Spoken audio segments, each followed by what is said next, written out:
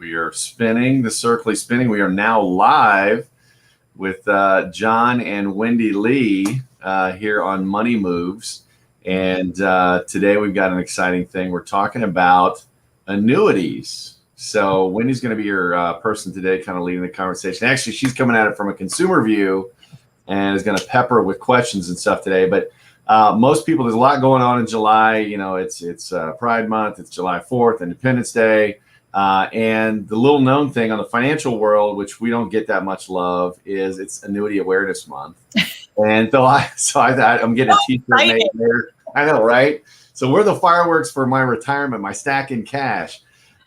So we're actually going to be talking about annuities today and kind of going through that. You know, the moniker was, you know, it's either from the devil or the best thing ever since sliced bread, depending on who you're talking to. And that's the big problem. So before we get started, I want to give my big disclaimer. We're not going into any detail on any specific products or anything like that. This is all for educational purposes only. The whole point, you know, of Money Moves, why Wendy and I kind of came up with this, was to teach people, you know, how to make more money, right? Because, you know, everybody could always use more money. Right. How to save more money, because, you know, a lot of people are spending it and this kind of, it's coming in and going out as quickly as you can. How do I save more of it? How do I grow it? And then how do I keep it and protect it from market loss and taxes? So this is actually going to touch base today on the growing money piece, as well as the protection piece on some of it. So we'll talk a little bit about that. So Wendy's, before we jump in, what do you want to get out of this today? What do you as a consumer want to hear about today? You know, coming up from that consumer, knowing that, hey, there's some stuff out there I could be growing my money. What do you want to learn out of today? So first of all, like the basics, because here's the thing. So I've studied annuities a little bit, and there's all kinds of different ones. A lot. So it's like, where do you start and why? So, and is it dependent upon how much money you have? Like, I don't know.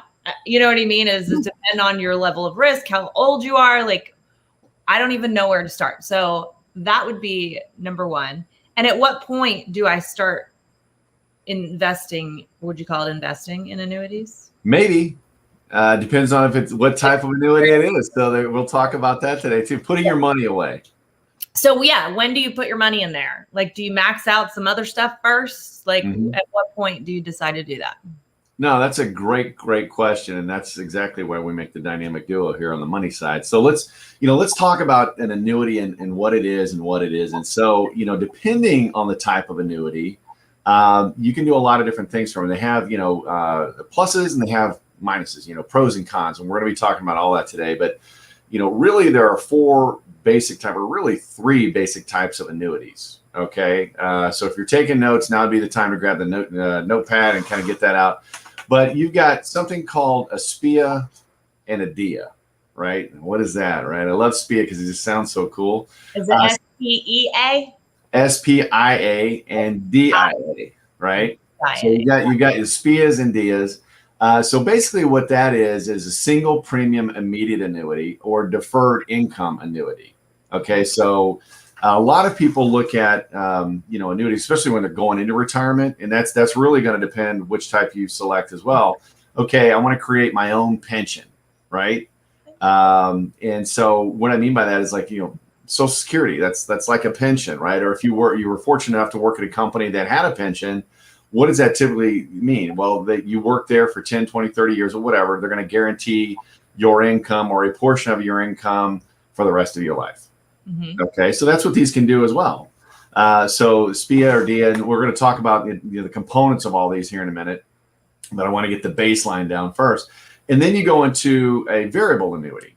Okay, and a variable annuity is just, you know, like it sounds, it's variable, meaning I can get the gains, I can get the losses, this, that, or the other. Well, why would I want to do it? Well, there's some things into it, you know, and I'll close with that. But you look at the variable piece, I get the upward growth of the market or from whatever I'm attached to, or maybe it's the S&P or something like that. But I also have the potential of loss. Right? Okay, and then, you know, so I can get ups and get down. It's kind of like mutual funds wrapped in an annuity.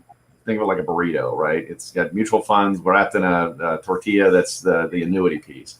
And then you've got the last classification, which is fixed. And that's really like it sounds, as far as it's fixed. You get a set rate of return every year. Not even, I call it a rate of return, just a return, right? That's declared, kind of here's what it is. Now, a subcategory of that is something called a fixed indexed annuity. There's a huge difference, not a huge difference, but that word index makes a big difference when it comes to the growth component, which we'll talk about that as well. So as far as when should I look to put an annuity in my portfolio, if you will, I mean, there's several different reasons. Number one, if I'm heading up or heading into retirement and I want to protect a portion of my income, I might look at a certain type. If I'm in retirement, like, hey, I'm retiring, I want to create a guaranteed stream of income with all or part of my money, that SPIA would be great, or something like that. Again, not all are created equal. We'll go into that in a little bit. But the other piece is maybe I've got an old 401k or something like that. I don't necessarily, want to roll it in or didn't roll it in, but I don't want it just sitting there doing nothing. I want to make sure I protect it, right? So those are kind of the options that you're looking at. So typically, I'm on my second job, second career, whatever the case may be. I got some old money sitting out there, or I'm heading into retirement. I want to start, building a protective barrier around my assets to make sure that once I walk away from my job, I'm retiring in 10 years or whatever the case may be. Once I'm walking away from my job, I know that this money is going to be there for forever, or at least the income stream or whatnot. So did that answer your question? Yeah. Yep. Okay. Good deal. Good deal. So I'm going to be there's a lot of talking today. So this is not a soda or a beer, excuse me. It is a soda. So just if you see me drink this, you'll know what it is. So I don't want people to think I'm drinking on the job. Disclaimer. My little disclaimer. Exactly right. Coffee. I know, right? I ran out of coffee. I've already hit my job with this one. I got an early start today. So, let's look at those annuity types, right? Yep. So they're, going into, let's go back to that SPIA and that DIA. Okay. Mm-hmm. Kind of looking at that, that's a great product. Like I said, if you're getting ready to come into, hey, I'm going into retirement, I want to create a stream of income guaranteed. These are typically going to be higher on the income scale, between the 4 or 3 different types that we're talking about. Why? Because that's what they're designed to do. And that's the thing. I mean, this whole thing, I look at the gurus that are out there, and that's again why Money Moves, kind of came about. Is my goal, Wendy's goal, is to educate people. Don't ever just assume that because such and such has a radio show or this person wrote a book, they know everything, because they don't. And nor do I. I'm not saying that I do, but what I am a big proponent of is to educate yourself. Mm-hmm. Right? You've got to do the books. We're always talking about books to read and things like that to help you, but you want to educate yourself. And the other piece is keep it simple. Okay, to keep it simple. I want to keep this stuff all about keeping it simple. Yeah, because it's like, oh my gosh, there's so many moving parts, and they're throwing out these buzzwords and stuff. So we're going to go through today and kind of hit the pros and cons of each, and things you should be looking at, and what are the biggest mistakes people make when they buy annuities. We're going to talk about 3, and maybe I'll throw in a bonus one. And then, some phrases you should understand and ask the questions whenever you're talking to your financial provider, your financial professional about it.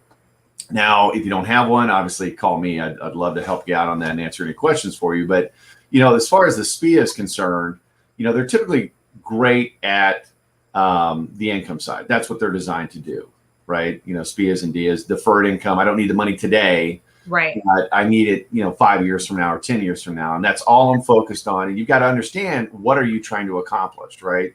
So those SPIAs and DIAs are going to be really good kind of in that main lane of income, whether it's immediate, single premium, immediate annuity, or DIA, deferred. I'm going to defer it a little bit. Okay, so SPIA, you put a chunk of money in, you start getting paid immediately. Within a month. Yeah. I mean, they got to set the account up and get it going. But, typically it's a month or two, the cash flow's coming. Okay. The cash flow's coming. Now, does it protect the principal? Not so much, because once that income starts, you've pretty much, I don't say surrendered that money, but you've made a contractual arrangement with an insurance company that they're going to insure against you running out of money, right? And this is another great thing for retirees to think about. The number one fear of retirees is not dying. It's running out of money before you die. Yeah. Right. So this is a great way to it's like car insurance, right? I don't want to pay $40,000 for a new car if I get in a wreck. What do? I make a deal with an insurance company that I'm going to give them a chunk of money every month, and they're going to ensure that I I can replace that car if I get in a wreck. Same concept. I want to ensure that I have a set amount of income, right? Right. During my retirement years. So that's where that's great at. The flexibility, and that's, what we're going to look at today is, what's it like on the income? Does it protect the principal? The flexibility, what are the fees, right? And what's it like on the growth, right? Because that may be your goal instead. The flexibility on the SPIAs and DIAs are pretty much non-existent. The reason is once that income starts, all deals off. We're set in stone. It's kind of here we go, and this is what we're doing at. And you know what you're going to get paid. You know what you're going to get paid right out of the gate. I mean, that's part of it. If you're working with a good financial provider, you want to make sure that you're going over, hey, this is what I can expect, and work with somebody who has a lot of different options. There are captive companies out there. They've got one or two, options, and they're going to show you that. And you may think, okay, well, that's it. No. There are literally hundreds of companies out there, some good, some bad. Make sure you're only working with A+ rated companies though. But you want to make sure you've got options. But yeah, you're going to walk into that and know exactly what you can expect month in and month out. Here's your check. Perfect. Yeah. So it's great for people that have a fixed income strategy, for their retirement years. I want to make sure that, boom, I've got this coming in every month, guaranteed, right? The fees, now that's one of the things that these also shine in. The fees are pretty much low or none, right? As far as non-existent, there's no fees, or they're built in or something like that. So you'll know exactly what to expect. And talk about keep it simple. This is about as simple as it gets. Mm-hmm. You have this chunk of money, you're going to place it into a SPIA or a DIA, and you're going to month or every year, however you set it up. And then the growth, obviously, that's kind of non-existent for the simple fact that, it's the income piece. Now, there may be a rider that helps you out from an income growth, meaning an inflation rider. That's something you want to think about, because you figure you're going to be in retirement for what, 10, 20, 30 years, maybe, depending on when you retire and how longevity in your family and things like that, which is another great way to put that risk of outliving your money on the insurance company, not on yourself or the annuity company. But, are they going to adjust for inflation, or just make sure you take that into consideration? So that's kind of the layout. I have a question. Yeah. Yep. Go ahead. So with those, this is consumer question. Let's say, like, how long do I have income till I'm what, 90, 100, 80? Yes. Until you pass. If I put more money in there, say I die early, then what happens to that money? That's a great question. This is where a lot of the annuities get a bad rap, right? Back in olden times, right, when these things first came out, what would happen, the options were pretty limited on what was available out there. And so there were annuities out there where if you passed away beforehand and there was still money left in it, well, that was the deal you made with the bank. The bank kept it, or the annuity company kept it, not the bank, excuse me. That's no longer the case. I mean, I've been doing this for multiple of years. I've never seen one that didn't have a beneficiary assigned. Okay. So that, in that essence, it acts like an insurance policy.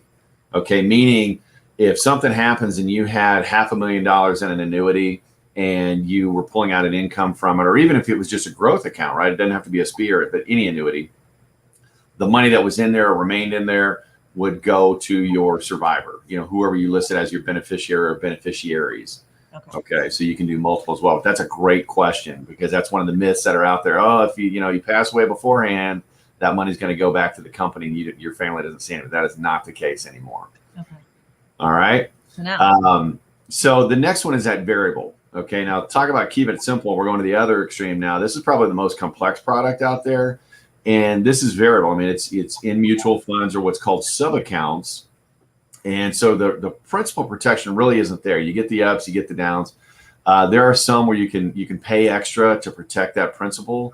But again, this is from a fee standpoint, variables are typically the most costly. Okay. And again, just keeping it generic, you've got a mortality expense, you've got the rider expense, you've got the actual sub-account expenses as well. So fees can be anywhere from, possibly in the high 2s, 3, 4%, maybe even 5%. But you've got to look at that as a consumer. You want to make sure, no matter which kind of annuity you're looking at, what are the fees? Right. Okay. Because if you're expecting, an 8% return or 9% return, and you're kicking out 5 of it in fees or 4 of it in fees. Well, that's not great. Maybe I'd be better off with a fixed account, right? Oh, by the way, don't forget inflation too. So that's one of the things too. But from a growth standpoint, the variable typically have the highest potential for growth, and that's how they're sold, right? Is, hey, you can have that market growth and this, that, and the other. We've got some riders in there and things, which I'll talk about riders in a little bit on what else you can do. Which that's the other thing that makes annuities very attractive to people as they're going into their retirement years. And I'm not talking like I'm 64 now it's 65. I'm talking like I'm 50, 55, starting to plan for that final stretch. Let's start getting our cards in order.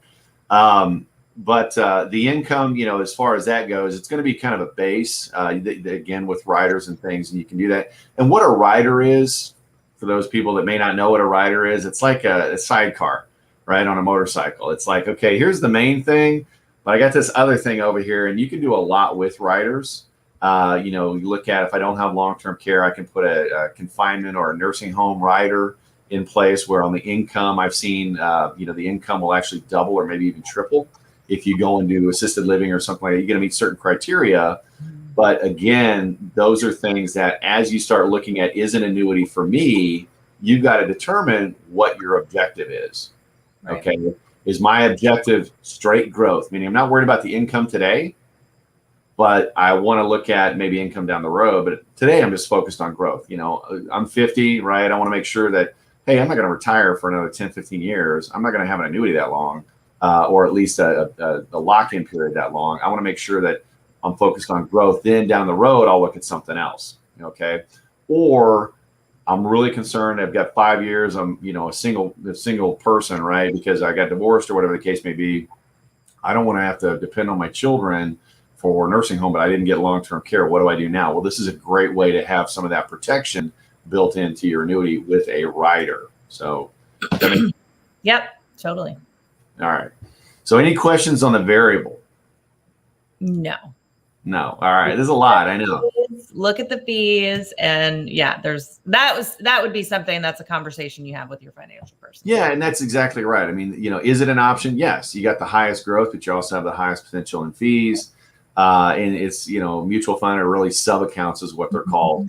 And then we go into your 30s and you have plenty of money, like you're a millionaire in your 30s. Do you want to an annuity at that point or no? Well, it depends. It depends on what you look at until you're. Yeah, I mean, again, it depends on what your long-term strategy is. If you want that variable in a way to grow money that you don't need right now. Yeah, so I actually had a client, or have a client, that they won a large amount through a lottery, right? And it happens, right? And so you look at that now. Is that income stream going to be long-term? Well, no, it's a one and done pretty much. I mean, you have people that win the lottery more than once, but typically the big prize or a big prize is going to be a one-time deal. Same thing if I sold a company or something like that. I had a big influx of cash. Well, I want to make sure I protect that, especially from younger, because what typically happens with most people that win the lottery, you blow it. You blow it. Within a few years later, you have nothing to show for it other than some good memories and maybe some other stuff. But that's typically what happens is you blow it. So an annuity would be a great way to protect. I want to put some of this in an ice cube or something like that, and it's frozen. I can't touch it or whatever. And you can touch an annuity. I'll go into a little bit of that, but I want to keep hands off. I have my fund money, but I want to hands off. This is something with professional athletes, things like that. They've got a shorter career span. You have NFL players retiring at 30, right? But you want to make sure that money is not only there for the next 10, 20, 30 years, but down the road as well. So you want to obviously get investment. That's the whole piece about diversified, right? Never put all your eggs in one basket. Should you put all your money in one basket in the annuity basket? No, not at all. But again, if you want to have something to make sure it's protected long-term, because you never know what the future holds. Right. But I still want to have some kind of access to it. That would be a great strategy for that. So yeah, it depends. This is, again, why you need to talk to a financial professional and sit down. What's specific for you? And these are the things to look at on the annuity path, right? Basically, I look at it as if I've got some money sitting there, I want to protect it, but I want to get growth out of it. Right. It's an option, right? Okay. But the riders and things like that, probably not at age 30, right? It's all about grow. Okay. So then you go into that last category, which is fixed. And there's a subcategory called fixed index, which classifies into a fixed. Some people call it a hybrid. Some people, there's all different names for it. But looking at the traditional fixed, that's like your bank account, right? A CD. It's a fixed rate of return or a fixed return every year. You're going to get this. The income piece isn't really there unless it annuitizes. Then it becomes more like a SPIA or DIA. Okay, so it kind of converts into it. The principal protection is great though, because your principal is going to be guaranteed, protected. It's got what's called a zero floor on it, meaning they're going to, make sure that you don't lose the money on it. Is it flexible? There's some surrender penalties, okay? And you'll also see that on the fixed index. Again, it's kind of the same class family. But, you have access typically up to 10% a year, okay, without any penalty. And, if you go beyond that, if you need that money, again, that's why you don't want to put all your money into it, but a portion of it, you'll have some kind of penalty. The longer you've had it, the lower the penalty is, and then eventually the penalties go away. Okay. Now, as far as that piece of it, you look at the flexibility of it. One of the things that annuitants, or excuse me, people who hold annuities worry about is, what about my RMDs? My required minimum distributions, or if I go into a nursing home or something and need that money. A lot of companies will offer products that have waivers. Okay, so I have yet to see, and I'm not going to say it doesn't exist, but I have yet to see any company that penalizes you for hitting your RMD requirement. And what an RMD requirement is, if you've got a deferred, like a 401k or something like that, deferred income where you're pulling out income at age 72 is the new age now, you've got to pull a certain amount out because the government wants their taxes, right? The IRS wants their tax cut. So you're not going to get penalized if that RMD is above the 10% threshold, for example. Okay. It's they're not going to penalize you for that. The government's making you do it, so you're going to get hit for that. Same thing with nursing home or confinement or something like that. Double check and you want to ask these questions. But if you go into a nursing facility or nursing home facility or something like that, assisted living, because you can't meet the 2 of the 6 requirements, they're not going to penalize you for that, right? But if you're just pulling money out, I want to buy a boat or something like that, yeah, that's typically when it happens, because again, it's a contractual relationship. And I'm getting into the weeds a little bit here, but I just want to make sure people know that to ask these questions because it is important. Yeah. Any questions on that piece? I mean, muddy the waters, clarified. Okay, good deal. And then the fees on it, they're pretty much fixed, and fixed index or no fees. That's where I kind of scratch my head about they're so costly. Maybe in the 80s, but not really anymore, because again, the products evolved and changed like that. Now, don't get me wrong, there's some fees probably built in there, but for the most part, these are zero fee type of accounts. Hey, I'm gonna set up a relationship with this insurance company or annuity company for a period of years, and I want growth or whatever the case may be. And that growth piece in the fix is going to be limited. Obviously, it's going to be in that 2.5%, maybe 3% range. Think of it a kind of a CD with a turbo, right? It's not super huge, but it's a steady Eddie. It's hey, I don't need the money anytime soon. I'm not looking for huge growth here. It's going to keep up with inflation, maybe, and that's about it. But it's going to protect your principal and whatnot. So that's the fixed index, or the fixed, excuse me. Now that last one is that fixed indexed. Okay. Now this is, like I said, a hybrid is what a lot of people refer to it, but I like it in the simple fact that the fees are low, non-existent, or built in, right? Again, check. Look at the fees. You're going to get what's called an illustration on any of these. Go through them, get a copy, read them, and ask your financial professional, where are the fees at? What's it showing me? What are the pros of this and what are the cons of this? Let's go through and do the Ben Franklin, right? The pros and cons. And that's going to help you keep it simple and go through it. But you've got income available on these, and some of them have income riders, which are great for the standpoint of I can get a little steroid on that income, that guaranteed income. Mm-hmm. Number 2 is going to protect the principal. You're not going to have to worry about losing your money in the market, okay? But they are indexed to a variety of different markets that are out there. Some are indexed to the S&P or whatever the case may be. Some have their own proprietary index, and they'll do a 1-year or 2-year or 3-year growth strategy. So they can get start getting a little complicated. But the key is I get growth, but I don't have to worry about losing. So I get real growth. I don't have to worry about losing. Sounds too good to be true. Now, I want to be crystal clear. These are not, I'm getting market growth. Like the S&P did 30% this year. Okay. Yeah.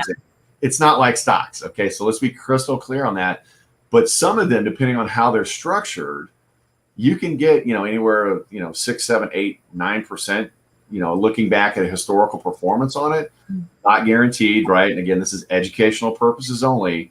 But again, you want to look at those. And there are some pretty, for lack of a better analogy, sexy fixed index annuities out there that, again, depending on what you're needing to do, and they're pretty flexible. Again, you've got those surrender charges in there. So make sure you understand what the surrender charges are. And these are really great for growth. I get the best of both worlds, to quote the Disney song or whatever. I don't know who's saying that. I just remember my daughter singing that.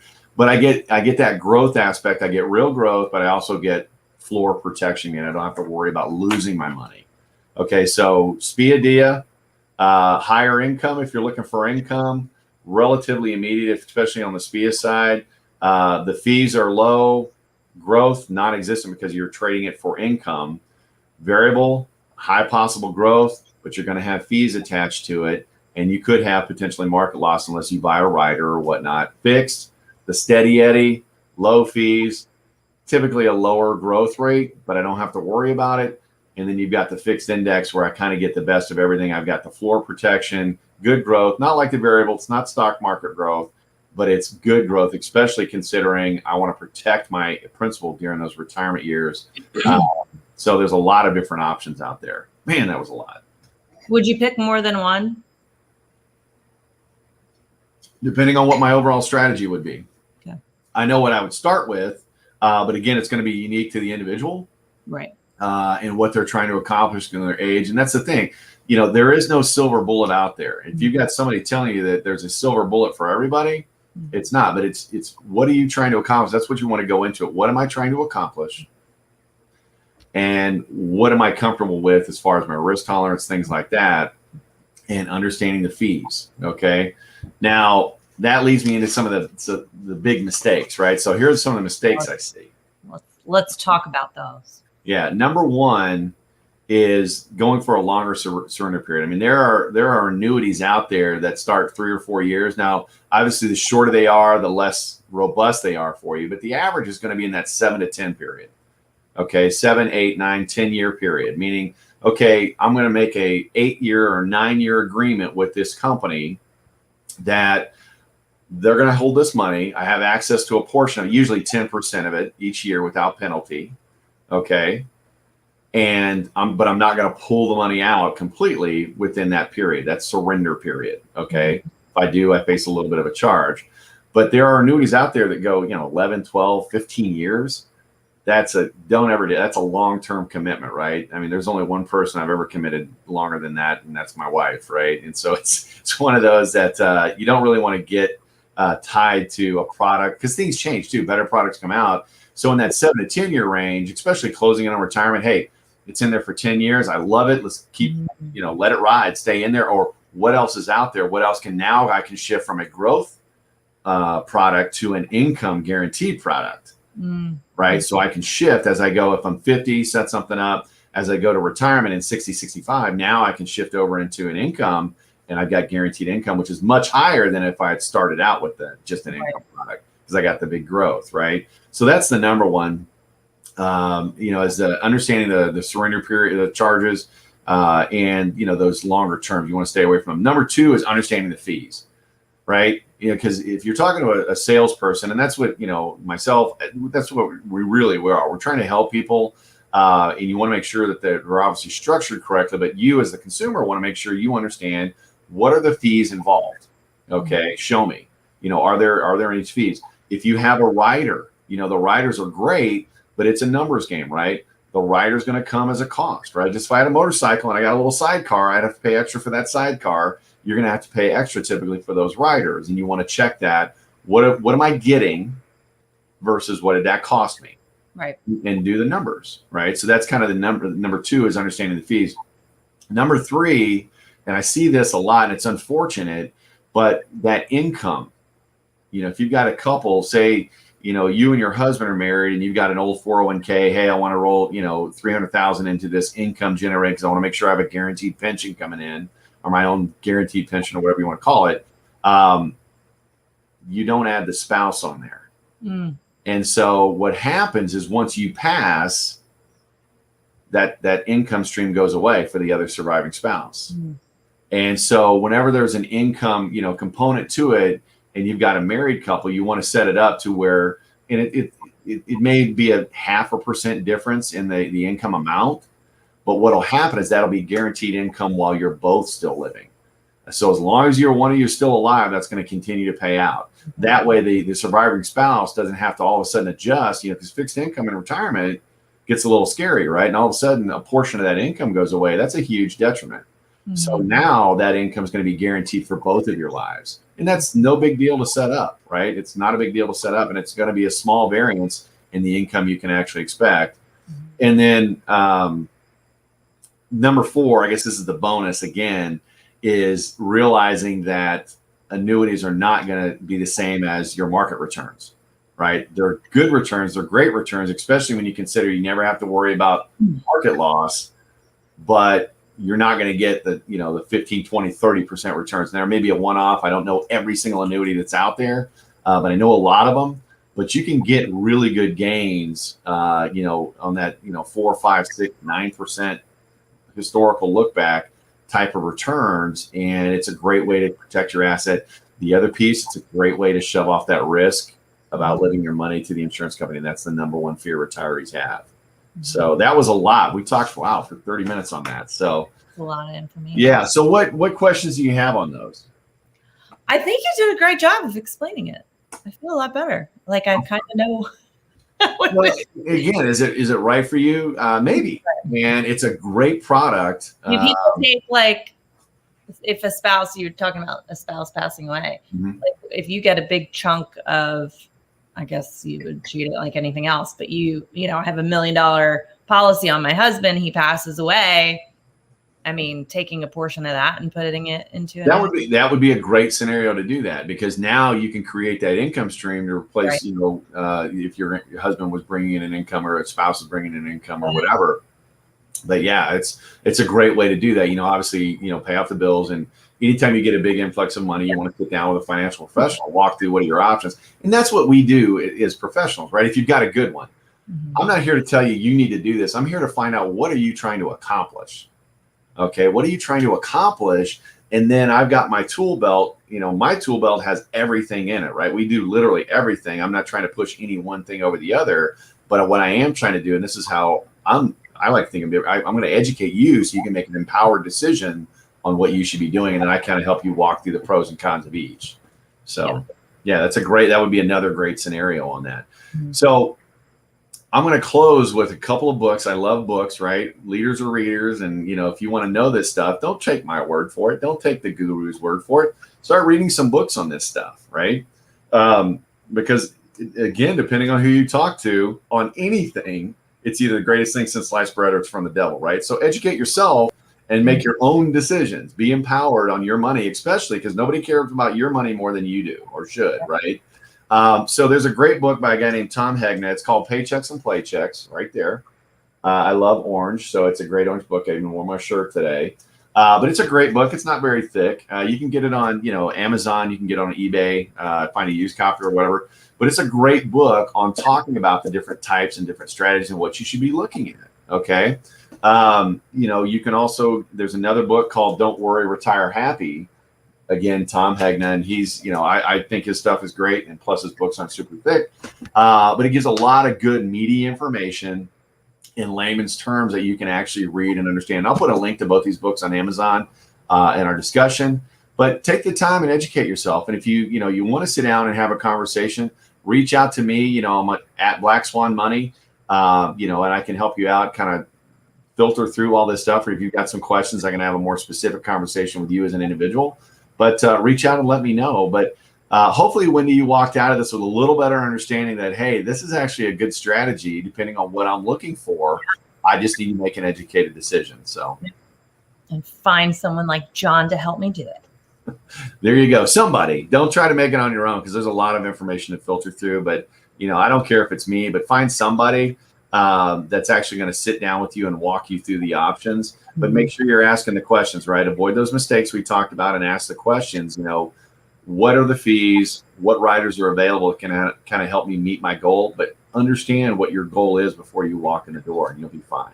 You'll be fine. And again, never put your eggs in one basket, right? Split them up.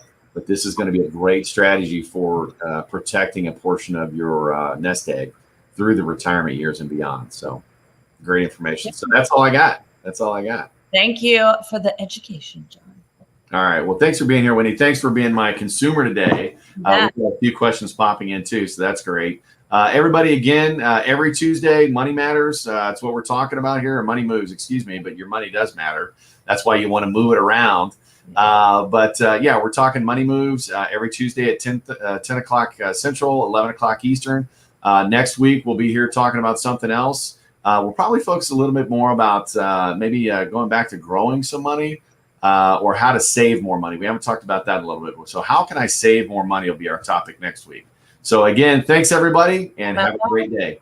All right. Bye, guys.